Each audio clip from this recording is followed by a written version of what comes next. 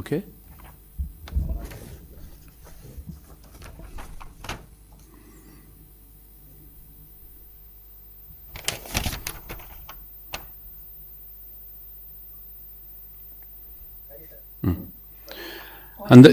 అందరికీ నమస్కారం. వివేకానందరెడ్డి, వైఎస్ వివేకానందరెడ్డి గారి కేసు, హత్య కేసు ఏళ్లు గడుస్తున్నా ఇంతవరకు దోషులకు శిక్ష పడలేదు. ఇదొక దృశ్యం, సినిమా కావ్యం మాది తయారవుతూ ఉంది. నిన్ననే ప్రధాన సాక్షి ఈ హత్య కేసులో వాచ్మెన్ రంగన్న, అంటే వివేకానందరెడ్డి గారి ఇంటి వాచ్మెన్ రంగన్న మృతి చెందిన విషయం అందరికీ తెలుసు. దీని మీద పలు అనుమానాలు తావిస్తూ ఉన్నాయి. ఏదైతే గతంలో పరిటాల హత్య కేసులో వరుసగా సాక్షులు ఒకరొకరు చనిపోవడం జరుగుతూ ఉందో, ఈ కేసులో కూడా వరుసగా సాక్షులందరూ చనిపోవడాన్ని చూస్తూ ఉన్నాం మనం. ఈ కేసు దాదాపు 6.5-7 సంవత్సరాలు అయితే జరిగి సిబిఐ టేకప్ చేసింది. పాపం ఆయన కుమార్తె సునీత గారు న్యాయ పోరాటం చేస్తూనే ఉండారు. ఈ సందర్భంలో, ఈ క్రమంలో చూస్తూ ఉంటే పలు అనుమానాలు తావిస్తూ ఉన్నాయి.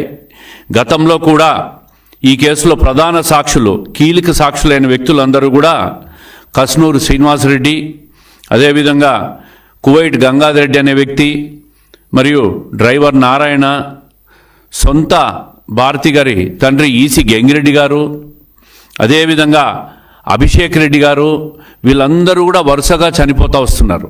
నిన్న వాచ్మెన్ రంగన్న కూడా చనిపోయిన విషయాన్ని చూసాం. ఈ సందర్భంలో సాక్షి పేపర్ ఎంత హుషారుగా రాస్తుందంటే, పోలీసుల వేధింపులు, పోలీసుల దెబ్బలకు తట్టుకోలేక వాచ్మెన్ రంగన్న చనిపోయినాడని చెప్పి సాక్షి మీడియా కథనం రాసింది. వాచ్మెన్ రంగన్నను వైఎస్ఆర్ కాంగ్రెస్ ప్రభుత్వంలో, మీ ప్రభుత్వంలోనే పోలీసులు తీసుకుపోయి ఆయనను అనేక రకాలుగా చిత్రహింసలు పెట్టి, మేము చెప్పినట్టు నువ్వు మాట్లాడు అని చెప్పి చిత్రహింసలు పెట్టిన విషయం వాస్తవం కాదా అని చెప్పి అడుగుతూ ఉంటా.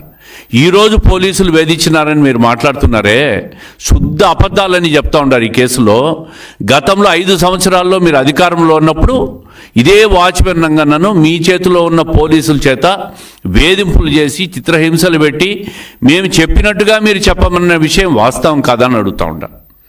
ఈ విధంగా ఏది పడితే అది సాక్షి కథనాలు రాయడం, ప్రజలను మభ్యపెట్టడం, ఈ కేసును ఇప్పటికి 6-7 సంవత్సరాలు అయింది, ఇంకెన్ని రోజులు పోతుంది ఎవరికీ తెలియదు. ఈ విధంగా దీన్ని డ్రాగ్ ఆన్ చేసి సాక్షులు, నిజమైన దోషులు తప్పించుకునే ప్రయత్నం చేస్తూ ఉన్నారు. నిన్న ఆయన జరిగిన రంగన్న గారి మృతి జరిగిన సంఘటన చూస్తే అన్ని రకాల అనుమానాలు తావిస్తూ ఉండే. వరుసగా 5 మంది 6 మంది చనిపోతూ వస్తున్నారు. చివరికి ఎంతమంది చనిపోతారో తెలియదు ఈ కేసులో.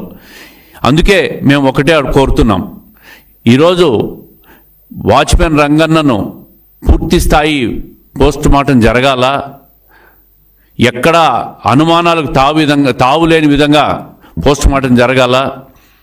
అదేవిధంగా జిల్లా పోలీసు కానీ రాష్ట్రంలోని ఇంటెలిజెన్స్ వ్యవస్థ కూడా పూర్తి పర్యవేక్షణ చేసి ఈ కేసులో నిజమైన దోషులను, ఏదైతే గతంలోని ఎఫ్ఐఆర్లో ఉన్న ముద్దాయిలను కూడా ఈ మృతి చెందిన విషయంలో విచారించాలని చెప్పి కోరుతా ఉన్నాం.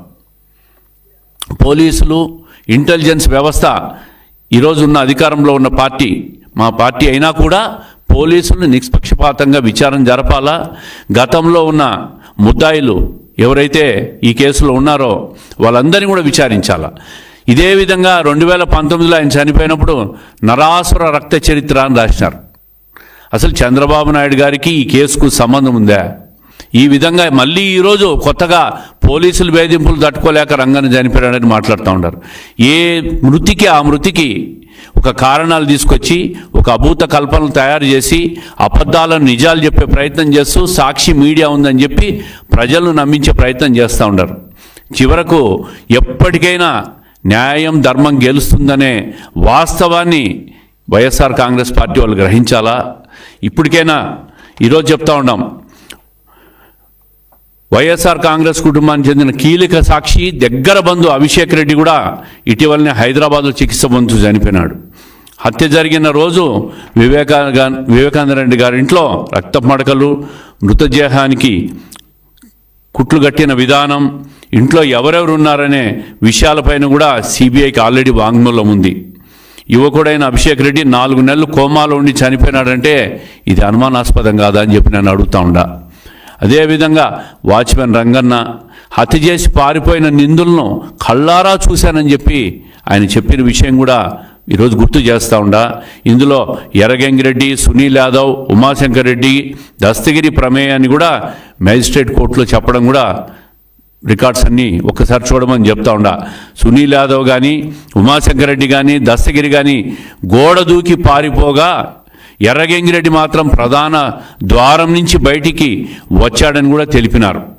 ఈ విషయం బయటికి చెబితే చంపేస్తామని తనను బెదిరించినట్టు రంగన్న వాంగ్మూలం కూడా ఇచ్చినాడు. మరి ఇన్ని ఆయన వాంగ్మూలాలు ఉన్నాయి. అదేవిధంగా దీంట్లో కేసులో ఎవరైతే ముద్దాయిలు ఉన్నారో వాళ్ళు సరెండర్ అయ్యి వాస్తవాలు కూడా మేజిస్ట్రేట్ ముందు చెప్పినారు. 2019లో చంద్రబాబు నాయుడు గారు ముఖ్యమంత్రి అయ్యుండి కూడా దోషులను పట్టుకొని ధర్మాసనం ముందు నిలబెట్టగలిగే వాళ్ళం. అయినా ఇది కుటుంబంలో జరిగింది, ఇది పోలీసు వాళ్ళు చట్టపరంగా చర్యలు తీసుకుంటారు, దీన్ని రాజకీయం చేయడం మంచిది కాదని ఒక పెద్ద హృదయంతో చంద్రబాబు నాయుడు గారు ఆ రోజు ఈ కేసు మీద దృష్టి పెట్టలే. చట్టం తన పని తాను చేసుకొని పోతుందని. అయినా వీళ్ళు మాత్రం, ఈ దోషులు మాత్రం ఎప్పటికప్పుడు ఈ కేసు నుంచి బయటపడేదానికి, తప్పించుకునేదానికి, హత్య జరిగిన వ్యక్తిని సొంతం బంధువులు వీళ్ళందరూ కూడా కుటుంబంలో చిచ్చు పెట్టుకొని ఒకరినొకరు ఆ రాజకీయ ఆధిపత్య పోరులో వివేకానంద రెడ్డి గారిని బలి చేసిన విషయం రాష్ట్ర ప్రజలకు అందరికీ తెలుసు. ఇప్పటికైనా మేము ఒకటే కోరుతూ ఉన్నాం, నిన్న వాచ్మెన్ రంగన్న మృతి పైన పూర్తి స్థాయి పోస్ట్ మార్టం సీనియర్ డాక్టర్ల నేపథ్యంలో జరగాల. అదేవిధంగా జిల్లా పోలీసులు కానీ, రాష్ట్రంలో ఉన్న ఇంటెలిజెన్స్ వ్యవస్థ కానీ పూర్తిగా దీన్ని కేసును విచారణ చేయాలా. ఈ కేసులో ఎవరైతే ముద్దాయిలు ఉన్నారో ఆల్రెడీ ఆ ముద్దాయిలను కూడా విచారిస్తే మరిన్ని వాస్తవాలు బయటకు వస్తాయి.